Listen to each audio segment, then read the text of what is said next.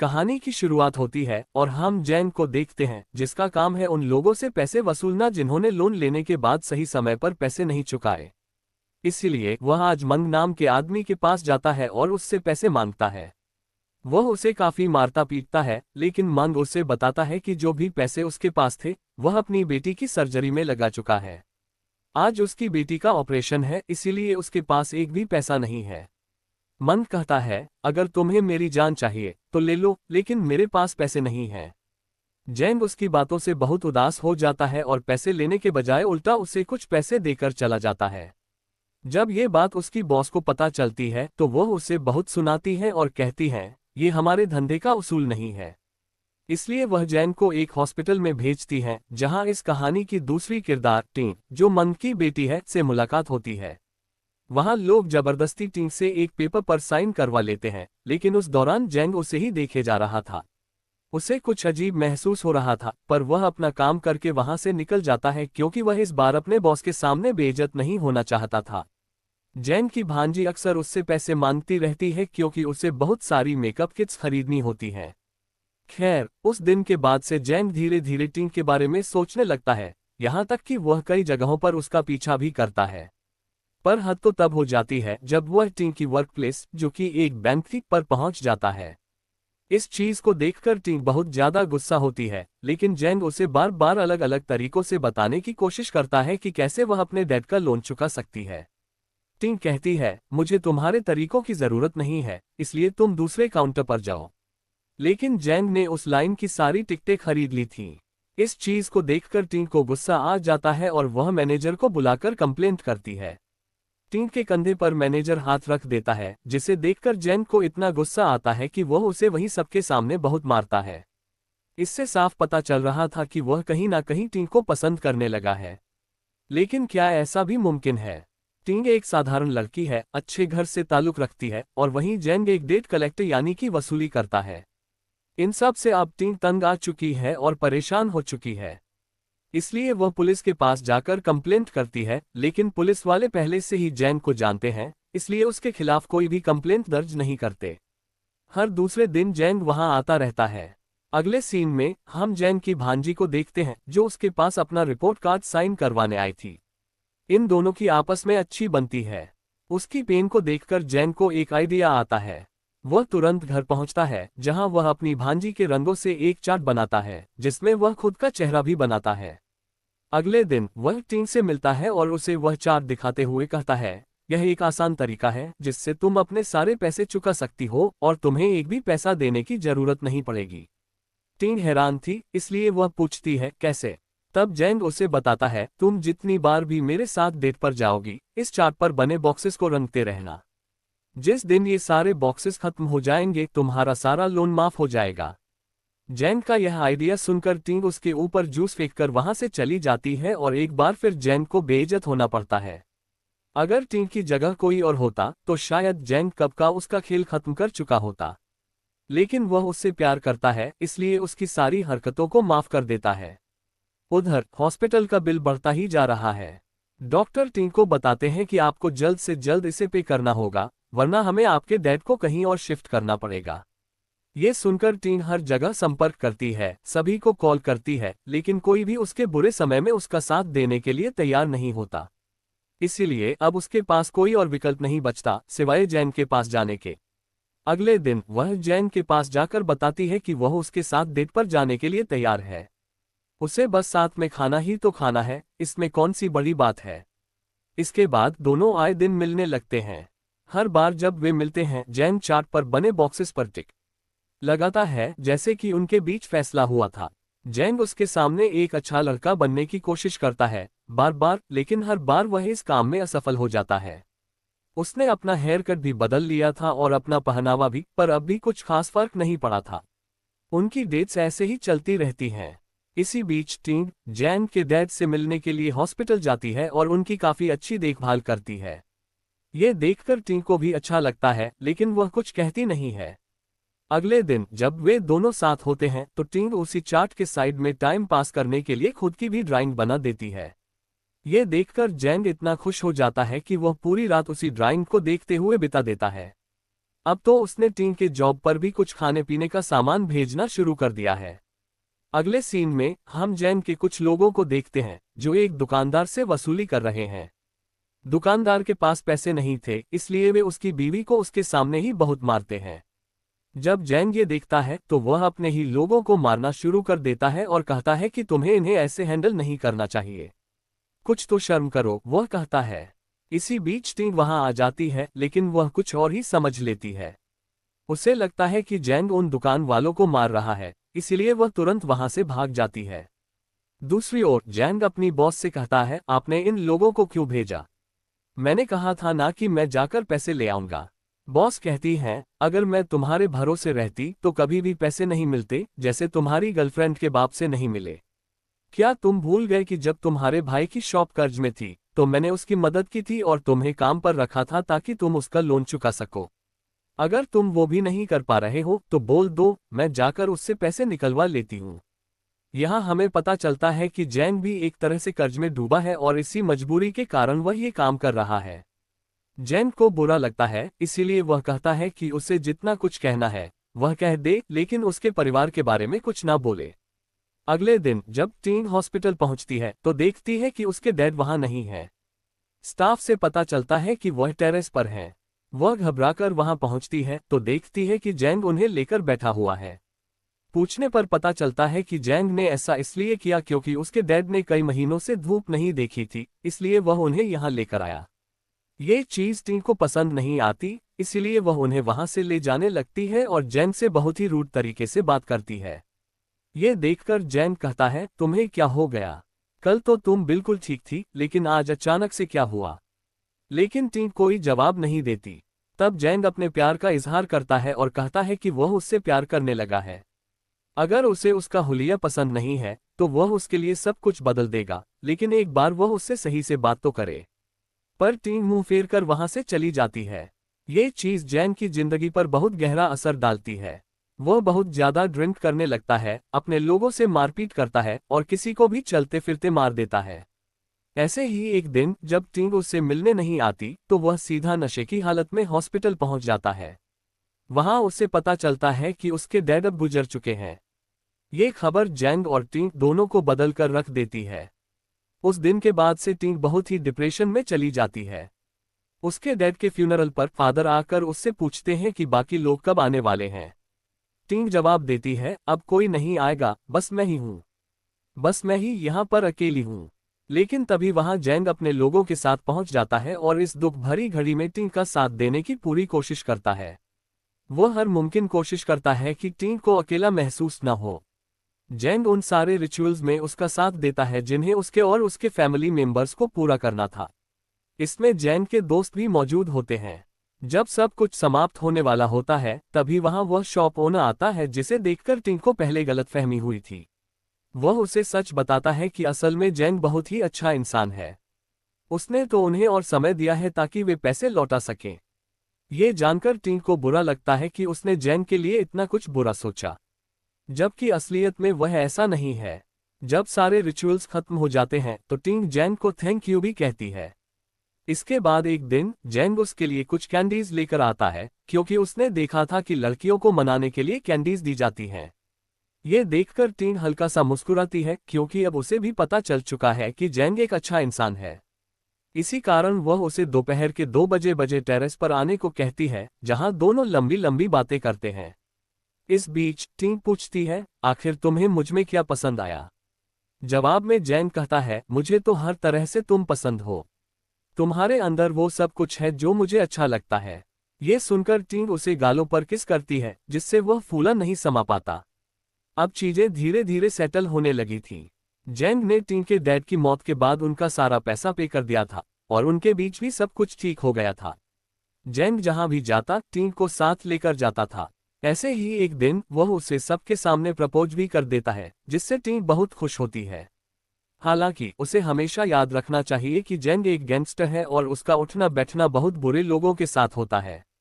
उसी रात टीन बताती है कि उसका सपना है कि वह एक टी स्टोर खोले। उसके लिए उसने अपने डैड के इंश्योरेंस के पैसे भी इकट्ठा किए हैं और खुद की कुछ सेविंग्स भी बचाई है, लेकिन अभी भी कुछ पैसे कम पड़ रहे हैं। ये सुनकर जैन कहता है, कोई बात नहीं, मैं कुछ पैसों का बंदोबस्त करके तुम्हें बताता हूँ। ये सुनकर टिंग को अच्छा लगता है क्योंकि जैन उसकी इतनी केयर करता है। कुछ दिन बाद उनकी 3rd मंथ एनिवर्सरी थी जिसके लिए टिंग ने डिनर प्लान किया था। लेकिन जैन वहां आने में देर कर देता है क्योंकि वह एक जगह पर वसूली कर रहा था जिसमें उसे काफी चोट आती है। फिर भी उसी हालत में वह टिंग के पास पहुंचता है।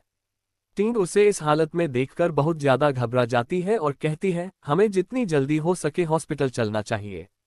पर जैन उसे बताता है, मैंने अब इस काम को छोड़ने का प्लान बना लिया है ताकि मैं तुम्हारे साथ 30 पर काम कर सकूं। इस काम में काफी खतरा है। यही बात वह अपने बॉस को भी बताता है और कहता है कि वह ये काम अब नहीं करेगा। उसकी बॉस कहती है, तू सब कुछ उस लड़की के लिए कर रहा है, देखना एक दिन तू बहुत पछताएगा। पर जैन को कोई फर्क नहीं पड़ता। उस दिन के बाद से दोनों ही शॉप के लिए जगह ढूंढना शुरू कर देते हैं, लेकिन उनके रेट बहुत ज्यादा होते हैं। उतने पैसे दोनों के पास नहीं थे, इसलिए पूरी रात सोचने के बाद जैन फैसला करता है कि वह अपनी बॉस से कुछ पैसे उधार लेगा। लेकिन वहां जाने पर उसकी बॉस उसे बताती है, कल हम लोग कसिनो जा रहे हैं, अपने पैसे लेकर आ जाना, तुम्हें कुछ एक्स्ट्रा पैसे मिल जाएंगे। जैन मान जाता है और फिर घर आकर टिंग को एक स्पेस का वाउचर दिखाता है जो उसने शॉप के लिए सेलेक्ट किया था। लेकिन टिंग पूछती है, इतने पैसे कहाँ हैं हमारे पास? तब जैन झूठ कहता है, मेरी कंपनी रिटायरमेंट फंड दे रही है, जो कल मिलते ही हम उस जगह को खरीद लेंगे और फिर सब कुछ सेटल हो जाने के बाद हम शादी कर लेंगे। फिर मैं तुम्हारे साथ तुम्हारे डैड की ग्रेव पर जाऊंगा और दिखाऊंगा कि देखिए, आपकी बेटी आपके जाने के बाद अकेली नहीं है। ये सुनकर टिंग इमोशनल हो जाती है और दोनों गले लगाकर सो जाते हैं। सुबह जैन अपने सारे पैसे लेकर बॉस की बताई हुई जगह पर पहुंच जाता है। वहां पर गैर कानूनी तरीके से जुआ खेला जा रहा था। जैन अपना सारा पैसा अपने बॉस को दे देता है जिसमें उसे अच्छा खासा मुनाफा भी हो रहा था। लेकिन फिर न जाने कहां से कुछ गुंडे आ जाते हैं जो सभी को मारना शुरू कर देते हैं और उनके सारे पैसे लूटकर भी ले जाते हैं।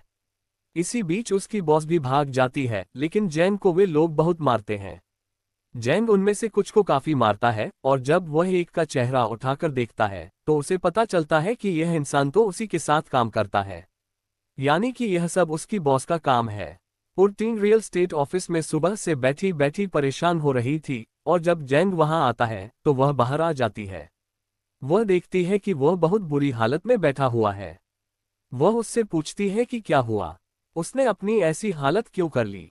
तो जैन कहता है कि सब कुछ चला गया, उसके डैड के पैसे, उसकी खुद की सेविंग्स, मेरे पैसे, सब कुछ वह लेकर भाग गए। ये सुनकर टिंग हैरान होकर पूछती है कि तुम आखिर गए कहाँ थे उन पैसों को लेकर?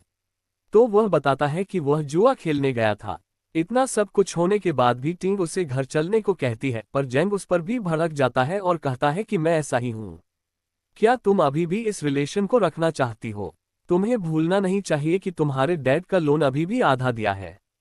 क्या मेरे साथ इसलिए रह रही हो ताकि वह पूरा पे कर सको?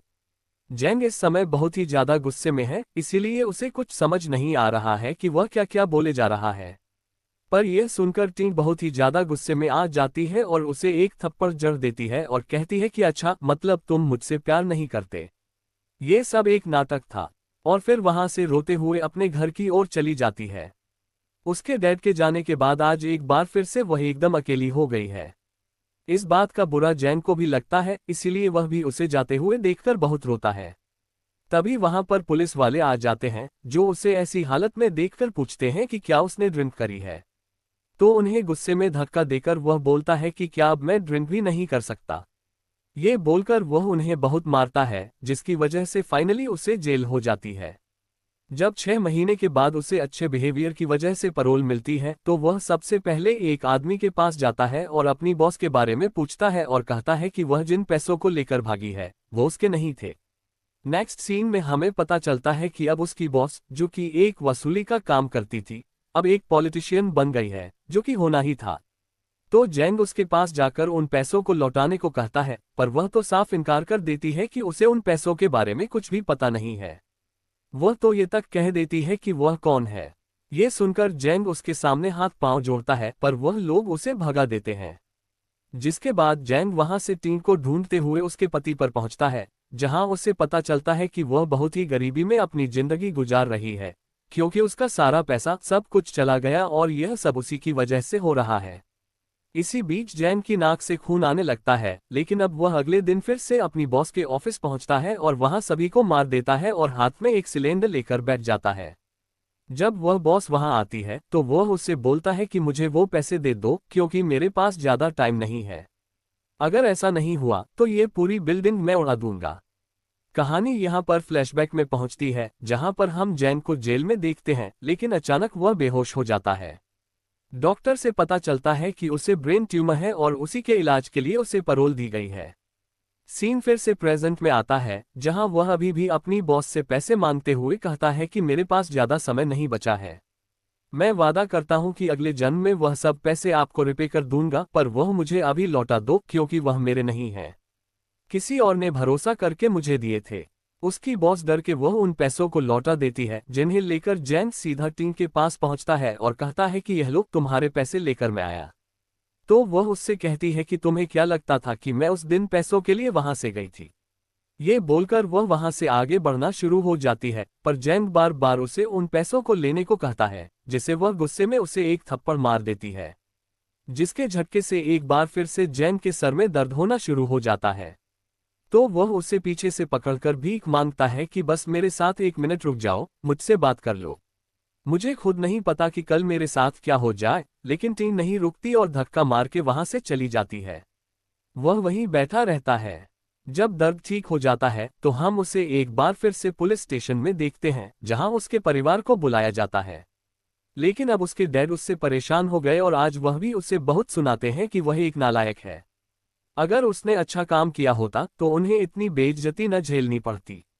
अब घर जाने पर उसकी अपने ब्रदर इन लॉ से भी बहस हो जाती है इसी चीज को लेकर। लेकिन देर रात वह अपने डैड के पास जाता है और उनके पैर दबाते हुए कहता है कि मैं कल ही जा रहा हूं। अगर मुझसे कोई भी गलती हुई हो तो मुझे माफ कर देना। उसके बाद से वह जितना भी रहता है बस हर दिन छुप छुप कर टीम को देखता रहता है। एक दिन वह रोड के बीच में बेहोश हो जाता है, जब वह दूर से टीम को कैफे में बैठा हुआ देख रहा था। कुछ घंटों के बाद जब उसकी आंख खुली तो पता चला कि उसे कोई टीम नाम की लड़की यहां पर लेकर आई है। कुछ देर बाद जब वहां पर टीम पहुंचती है तब तक वह जा चुका था। अब पूछने पर पता चलता है कि वह बस स्टॉप पर गया था। अब टीम को उसकी बीमारी के बारे में पता चल गया था, इसीलिए वह भागते हुए वहां से पैदल ही बस स्टॉप की ओर जाने लगती है, क्योंकि उसे पता चल गया था कि वह जेल से बाहर इसीलिए आया ताकि वह उसके पैसे को लौटा सके। टीम को ये सोचकर बहुत ज्यादा बुरा लगता है कि उसने उसे दर्द में भी थप्पड़ मार दिया। अंदर पहुंचने पर उसे कुछ दूरी पर वह खड़ा मिलता है। वह फौरन भागते हुए जाकर उससे गले मिलती है और रोते हुए कहती है कि अब वह उसे फिर से छोड़कर न जाए, वरना वह फिर से अकेली पड़ जाएगी। अब उस दिन के बाद से टिंग उसका ख्याल रखना शुरू कर देती है। हमेशा उसके लिए अच्छा अच्छा खाना बनाती है, उसके साथ समय बिताती है। उसने उन्हीं पैसों से उसकी सर्जरी भी करवा दी, जिससे रिकवर होने की संभावना बहुत कम थी। लेकिन उसका कहना था कि उम्मीद पर दुनिया कायम है। सर्जरी के बाद जैंग बहुत ही ज्यादा कमजोर हो गया था, पर फिर भी टिंग उसके साथ रही। वह उसे टेरेस पर लेकर जाती थी, उसके साथ किताबें पढ़ती थी। लेकिन एक दिन दोस्तों, कुछ ही पलों में सब कुछ खत्म हो जाता है। इंसान की जान और वक्त में कुछ ही पलों का फासला होता है। दोनों ही कब खत्म हो जाएं, पता नहीं चलता। टिंग ने अपनी आधी दुनिया आज खो दी। जैंग अब इस दुनिया में नहीं रहा। इसका सबसे ज्यादा असर जैंग के पिता पर हुआ। वे इस हादसे से इतना ज्यादा प्रभावित हुए कि उनकी मेमोरी लॉस हो गई। जैंग का फ्यूनरल होता है, जहां वे सभी लोग आते हैं जिनकी जैंग ने कभी न कभी मदद की थी। जैंग ने मजबूरी में गलत काम किए, लेकिन वह इंसान अच्छा था। शायद तभी आज उसे इतने लोग अलविदा कहने के लिए आए हैं। सभी की आंखों में आंसू हैं कि एक हंसमुख लड़का उन्हें छोड़कर चला गया। इसीलिए जब कुछ सालों बाद टिंग उसके डैड को नए साल के लिए बाहर लेकर जा रही होती है तो उन्हें याद ही नहीं रहता है कि जैंग मर चुका है। वे बार बार पूछते हैं कि वह कब आएगा, जिसका जवाब टिंग के पास नहीं होता। वह बस यही कहती है कि वह जल्दी ही वापस आ जाएगा। अब आखिरी दृश्य में हम देखते हैं कि टिंग ने अपनी ऑफिस टेबल पर वही चार्ट रखा हुआ है जो उसे जैंग ने पहली डेट पर दिया था, जिसके बॉक्स कभी पूरे फिल हो ही नहीं सके क्योंकि वे इतना कभी मिल ही नहीं सके। यहाँ टिंग ने सभी गलतियों को ठीक करने की कोशिश की, लेकिन जब तक सब कुछ सही हुआ, जैंग के पास वक्त खत्म हो गया। आपको ये कहानी कैसी लगी नीचे कमेंट करके जरूर बताइएगा। मिलते हैं अगली वीडियो में।